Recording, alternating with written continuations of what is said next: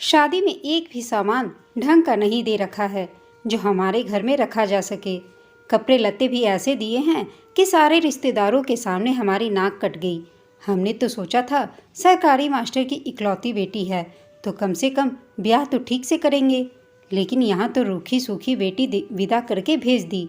जब हैसियत ही नहीं थी हमारे जैसे बड़े घर में बेटी ब्याहने की, तो पता नहीं ये लोग बड़े घर में बेटी ब्याहने के सपने क्यों देखते हैं। पुष्पा देवी का पारा अपनी बहू का सामान देखकर 7वें आसमान पर चढ़ा हुआ था। जब से पारुल ने बहू के रूप में पुष्पा निवास में कदम रखा था, तब से हर पल उसे कोई ना कोई ताना सुनाया जा रहा था। सास का यूं ताना सुनाना तब तो और ज़्यादा अखर रहा था जब पारुल का पति समर भी चुप था। अपनी पत्नी के पक्ष में एक बार भी उसने अपनी जुबान नहीं खोली।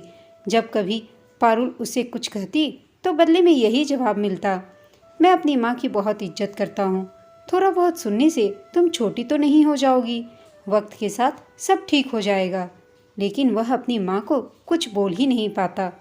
इधर पुष्पा जी खुद को ठगा हुआ महसूस कर रही थी, क्योंकि जिस उम्मीद से उन्होंने अपने बेटे की शादी की थी, उनकी वो दहेज मिलने की उम्मीद पूरी नहीं हो पाई। पुष्पा जी को लगा कि मास्टर साहब की अकेली लड़की है, कुछ ना भी मांगो तो खुद से ही ढेर सारा सामान तो अवश्य ही दे देंगे। इसलिए उन्होंने शादी तय होने के समय बस कह दिया था कि उन्हें दहेज नहीं दे चाहिए। लेकिन शादी के समय जब उन्होंने देखा कि कुछ भी सामान नहीं चढ़ाया गया है, तो ऐन फेरों के वक्त पर पुष्पा जी ने 4 लाख रुपये की डिमांड पारुल के पिता विशंभर नाथ के सामने रख दी। तो पारुल के पिता ने साफ कह दिया, समधन जी, मैं एक शिक्षक हूँ और दहेज प्रथा के विरुद्ध रहा हूँ, माफ़ कीजिए, मैं अपने वसूलों से पीछे नहीं हट सकता। अब इस जमाने में यदि बारात वापस लेकर जाएं तो समाज में लड़की वालों से ज़्यादा लड़के वालों की बदनामी होती है। दहेज लोभी कहलाना भी पुष्पा जी को पसंद नहीं था, इसलिए मजबूरी में बिना दहेज वाली बहू विदा करा कर लाना पड़ा। लेकिन इस सब का खामियाजा अब हर पल पारुल और उसके माता पिता का अपमान करके लिया जा रहा था।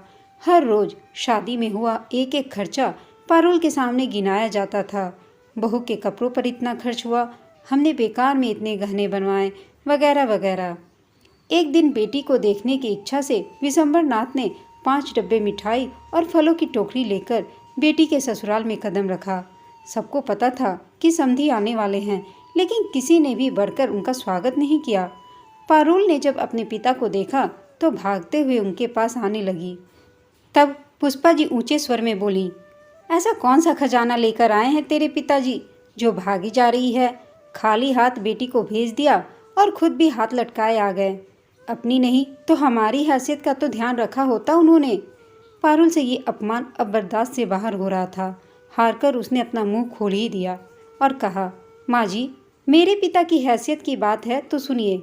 मेरे पिताजी ने अपनी हैसियत से बढ़कर मुझे पढ़ाया लिखाया, इस काबिल बनाया है कि भविष्य में ज़रूरत पड़ने पर मुझे किसी के सामने हाथ फैलाने की ज़रूरत नहीं पड़ेगी। मुझे तो लगता है कि हैसियत तो आपकी नहीं थी बहू लाने की। जब बहू के खाने पहनने का खर्चा उठाने की आप लोगों की हैसियत ही नहीं थी तो क्या ज़रूरत थी बेटा ब्याहने की? क्या मेरा पति इतना भी नहीं कमाता कि अपनी पत्नी की ज़रूरतें पूरी कर सके? बोलिए माँ जी। पारुल की बात सुनकर पुष्पा जी की बोलती बंद हो गई थी।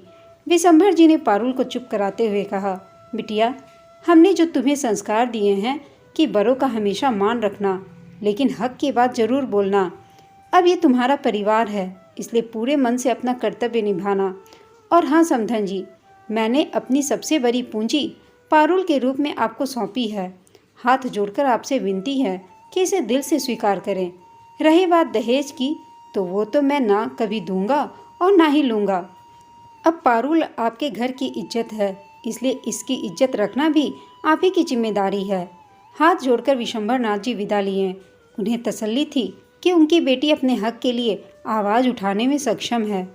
पुष्पा जी को भी अब समझ आ गया था कि आखिर उन्होंने अब अपनी बेटे की शादी कर दी है और दहेज के नाम पर उन्हें अब कुछ भी नहीं मिलने वाला। अब उनका पाला किसी गाय से नहीं शेरनी से पड़ा है, इसलिए जो है उसे स्वीकारने में ही उनकी भलाई है। दोस्तों, आपको यह छोटी सी कहानी कैसी लगी हमें कमेंट करके बताइएगा। साथ ही कहानी अच्छी लगी हो तो इसे लाइक और शेयर ज़रूर कीजिएगा। अगर चैनल पर नए हैं तो प्लीज़ चैनल को सब्सक्राइब करना ना भूलें। कहानी सुनने के लिए आप सबका धन्यवाद।